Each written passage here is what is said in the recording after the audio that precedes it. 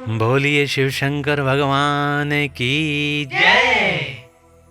प्रिय भक्तों, श्री शिव महापुराण के रुद्र संहिता पंचम युद्ध खंड की अगली कथा है देवताओं का रुद्र के पास जाकर अपना दुख निवेदन करना, रुद्र द्वारा उन्हें आश्वासन और चित्ररथ को शंखचूड़ के पास भेजना, चित्ररथ के लौटने पर रुद्र का गणों, पुत्रों और भद्रकाली सहित युद्ध के लिए प्रस्थान। उधर शंखचूड़ का सेना सहित पुष्पभद्रा के तट पर पड़ाव डालना तथा दानवराज के दूत और शिव की बातचीत। तो आइए भक्तों, आरंभ करते हैं इस कथा के साथ 31 अध्याय से लेकर 35 अध्याय तक की कथा। सनत कुमार जी कहते हैं, हे मुने, तदंतर जो अत्यंत दीनता को प्राप्त हो गए थे, उन ब्रह्मा और विष्णु का वचन सुनकर शिवजी मुस्कराए और मेघ गर्जना के समान गंभीर वाणी में बोले। शिवजी ने कहा, हे हरे, हे ब्राह्मण, तुम लोग शंखचूड़ द्वारा उत्पन्न हुए भय को सर्वथा त्याग दो। निसंदेह तुम्हारा कल्याण होगा। मैं शंखचूड़ का सारा वृतांत यथार्थ रूप से जानता हूं। यह पूर्व जन्म में एक गोप था जो ऐश्वर्यशाली भगवान श्री कृष्ण का भक्त था। इसका नाम सुदामा था। वही सुदामा राधा जी के शाप से शंखचूड़ नामक दानवराज होकर उत्पन्न हुआ है। यह परम धर्मज्ञ और देवताओं से द्रोह करने वाला है। यह दुर्बुद्धिवश अपने उत्कृष्ट बल के भरोसे संपूर्ण देवगणों को कलेश दे रहा है। अब तुम लोग प्रेम पूर्वक मेरी बात सुनो और देवों को आनंदित करने के लिए शीघ्र ही कैलाशवासी रुद्र के समीप जाओ। वह रुद्र रूप मेरा ही उत्तम पूर्ण रूप है। मैं ही देव कार्य की सिद्धि के हेतु पृथक स्वरूप धारण करके वहां प्रकट हुआ हूं। मेरा वह रूप ऐश्वर्यशाली तथा परिपूर्णतम है। हे हरे, इसलिए मैं भक्तों के वशीभूत हो कैलाश पर्वत पर सदा निवास करता हूं। तदंतर कैलाश पहुंचकर देवताओं ने भगवान महेश की स्तुति की और अंत में कहा, हे महेशान, आप तो कृपा के आकर हैं। दीनों का उद्धार करना तो आपका बाना ही है। हे प्रभु, दानवराज शंखचूड़ का वध करके इंद्र को उसके भय से मुक्त कीजिए और देवों को इस विपत्ति से उबारिए। तब भक्तवत्सल शंभु देवताओं की इस प्रार्थना को सुनकर हंसे और मेघ गर्जन की सी गंभीर वाणी में बोले। श्री शंकर जी ने कहा, हे हरे, हे ब्राह्मण, हे देवगण, तुम लोग अपने अपने स्थान को लौट जाओ। मैं निश्चय ही सैनिकों सहित शंखचूड़ का वध कर डालूंगा, इसमें तनिक भी संशय नहीं है। सनत कुमार जी कहते हैं, हे व्यास जी, महेश्वर के उस अमृत स्त्रावी वचन को सुनकर संपूर्ण देवताओं को परम आनंद प्राप्त हुआ। उस समय उन्होंने समझ लिया कि वह दानव शंखचूड़ मरा ही हुआ है। तब महेश्वर के चरणों में प्रणिपात करके विष्णु वैकुंठ को और ब्रह्मा सत्यलोक को चले गए तथा संपूर्ण देवता भी अपने अपने स्थान को प्रतिष्ठित हुए। इधर उन महारुद्र ने, जो परमेश्वर दुष्टों के लिए काल रूप और सत्पुरुषों की गति हैं, देवताओं की इच्छा से अपने मन में शंखचूड़ के वध का निश्चय किया। तब उन्होंने प्रसन्नता पूर्वक अपने प्रेमी गंधर्वराज चित्ररथ को दूत बनाकर शीघ्र ही शंखचूड़ के पास भेजा। चित्ररथ ने वहां जाकर शंखचूड़ को खूब समझाकर कहा, परंतु उसने बिना युद्ध किए देवताओं को राज्य लौटाना स्वीकार नहीं किया और कहा, मैंने ऐसा दृढ़ निश्चय कर लिया है कि महेश्वर के साथ युद्ध किए बिना न तो मैं राज्य ही वापस दूंगा और न अधिकारों को ही लौटाऊंगा। तो कल्याणकर्ता रुद्र के पास लौट जा और मेरी कही हुई बात यथार्थ रूप से उनसे कह दे। वे जैसा उचित समझेंगे वैसा करेंगे। तो व्यर्थ बकवास मत कर।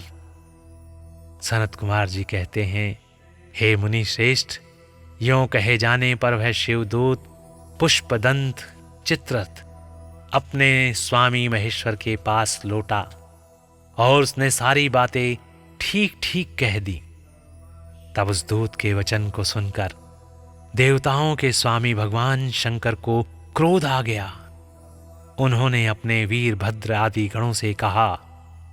रुद्र बोले, हे वीरभद्र, हे नंदिन, क्षेत्रपाल, आठों भैरव, मैं आज शीघ्र ही शंखचूड़ का वध करने के निमित्त चलता हूं। अतः मेरी आज्ञा से मेरे सभी बलवान गण आयुधों से सुसज्जित होकर तैयार हो जाएं और अभी अभी कुमारों स्वामी कार्तिक और गणेश के साथ रथ यात्रा करें। भद्रकाली भी अपनी सेना के साथ युद्ध के लिए प्रस्थान करें। सनत कुमार जी कहते हैं, हे मुने, ऐसी आज्ञा देकर शिवजी अपनी सेना के साथ चल पड़े। फिर तो सभी वीरगण हर्षमग्न होकर उनके पीछे पीछे चलने लगे। इसी समय संपूर्ण सेनाओं के अध्यक्ष स्कंद और गणेश भी हर्ष से भरे हुए कवच धारण करके सशस्त्र शिवजी के निकट आ पहुंचे। वहां वीरभद्र, नंदी, महाकाल, सुभद्रक, विशालाक्ष, बाण, पिंगलाक्ष, विकंपन, विरूप, विकृति, मणिभद्र, बाष्कल, कपिल, दीर्घदंष्ट्र, विकार, ताम्रलोचन, कालंकर, बलिभद्र, कालजिह्व, कुटीचर, बलोन्मत्त, रणशलाध्य, दुर्जय तथा दुर्गम आदि गणनायक जो प्रधान प्रधान सेनापति थे, शिवजी के साथ चले। उनके गणों की संख्या करोड़ों करोड़ों थी। आठों भैरव, एकादश भयंकर रुद्र, आठों वसु, इंद्र, 12 आदित्य, अग्नि, चंद्रमा, विश्वकर्मा, दोनों अश्वनी कुमार, कुबेर, यम, निरहति, नलकूबर, वायु, वरुण, बुध, मंगल तथा अन्यान्य ग्रह, पराक्रमी कामदेव, उग्रदंष्ट्र, उग्रदंड, कोरट तथा कोटब आदि ने भी शीघ्र ही महेश्वर का अनुगमन किया। स्वयं महेश्वरी देवी भद्रकाली भी 100 भुजा धारण करके शिवजी के साथ चली। वे उत्तमोत्तम रत्नों से बने हुए विमान पर आरूढ़ थी। उनके शरीर पर लाल चंदन का अनुलेप लगा था और लाल वस्त्र शोभा पा रहा था। वे हर्षमग्न होकर हंसती, नाचती और उत्तम स्वर से गान करती हुई अपने भक्तों को अभय तथा शत्रुओं को भय प्रदान कर रही थीं। उनकी 1 योजन लंबी भीषणाकार जिह्वा लपलपा रही थी।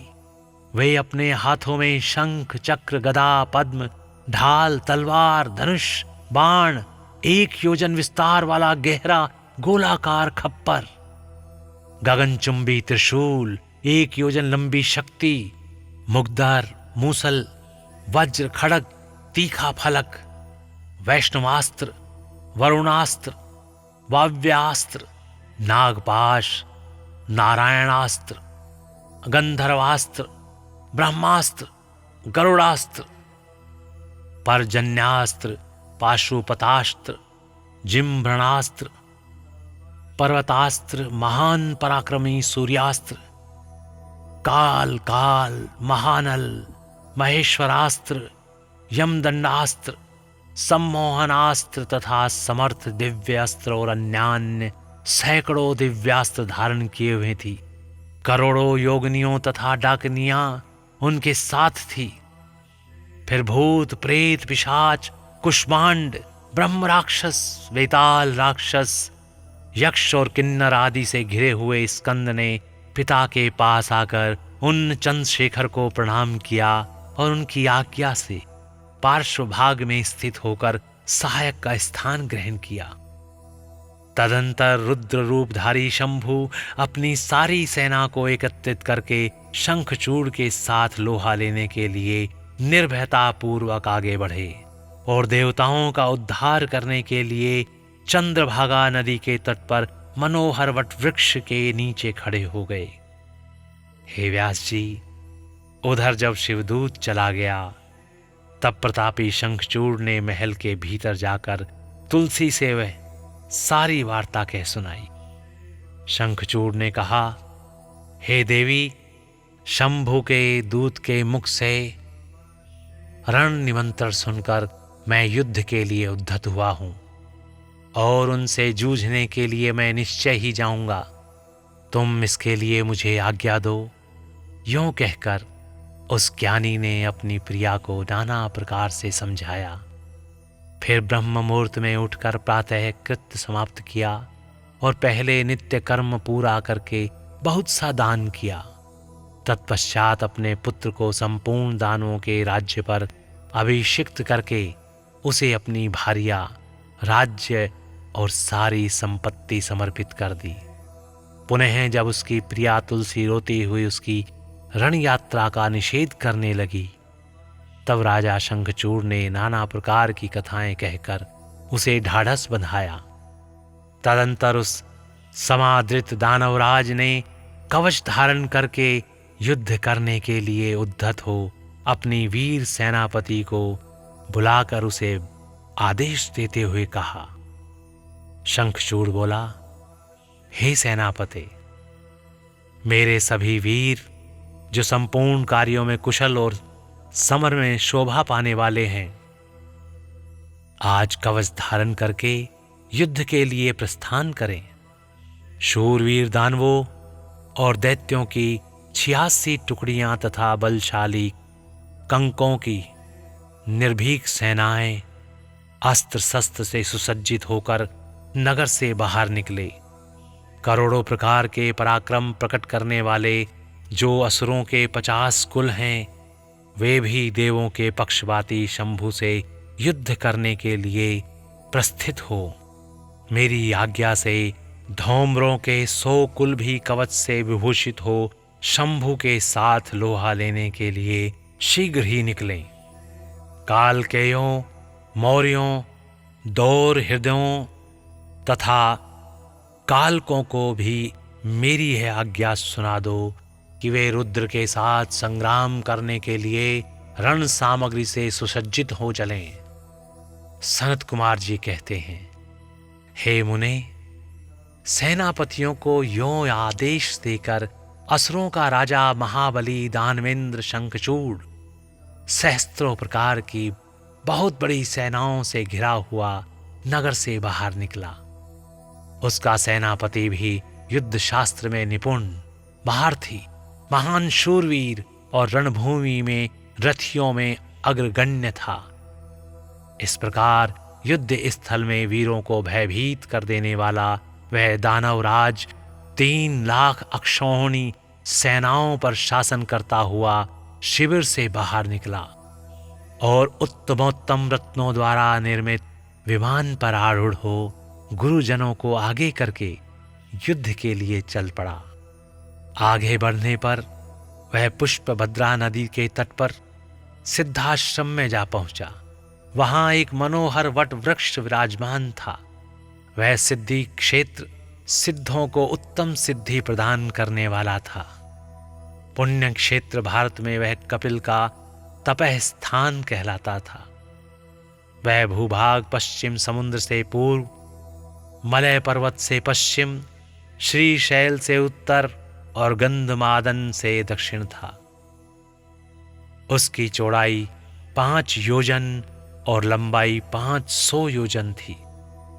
भारत के उस भाग में उत्तम पुण्य प्रदान करने वाली तथा शुद्ध स्फटिक के समान स्वच्छ जल से परिपूर्ण पुष्पभद्रा और सरस्वती नाम की 2 रमणीय नदियां बहती हैं।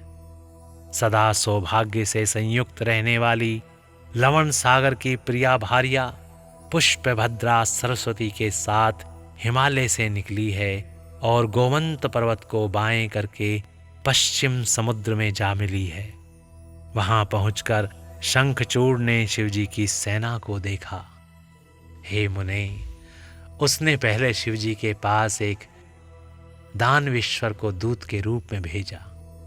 उसने शिवजी से युद्ध न करने के लिए कहा और शिवजी ने उसे देवताओं का राज्य लौटा देने की बात कही।